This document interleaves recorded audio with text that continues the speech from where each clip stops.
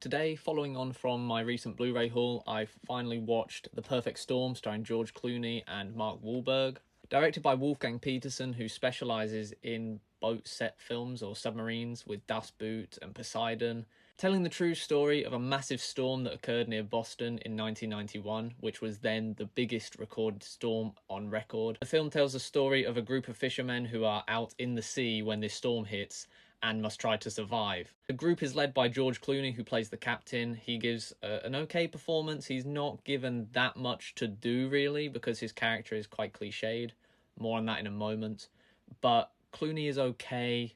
The rest of the performances are fine, even though there are a lot of big actors here. Mark Wahlberg, Diane Lane. There's an impressive ensemble cast involved, but none of them are really given that much to do. Most of the film's problems are with the script by Bill Whitliff, which is really poor. There are so many problems with the script, from really cliched dialogue, the characters feel stereotypical and are never given that much to do beyond just kind of players pawns in this big set piece, basically. And as much as Wolfgang Petersen's direction and John Steele's cinematography are really immersive, and the special effects for a 26-year-old film are really, really strong here, and they allow the audience to become really involved in what they're seeing visually, the script just lets it down time and time again, with just ridden with cliches, predictable moments, uninteresting twists, and by the end, these really ridiculous decisions from the characters, which feel untrue to their characters as they've been established,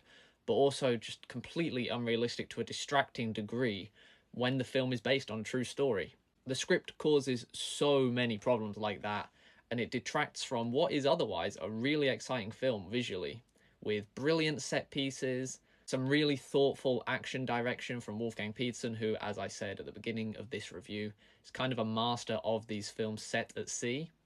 And as much as this feels like another attempt from him to add to that, this is certainly not as powerful of a film as Das Boot, and it's certainly not as good a film as the likes of Titanic or even Crimson Tide, directed by Tony Scott. So, as much as this film is visually exciting and well accomplished, the script lets it down terribly, and the performances just aren't allowed to be strong enough because of that script. It ends up being quite disappointing, though the spectacle is kind of worth seeing alone if you're interested in films like that.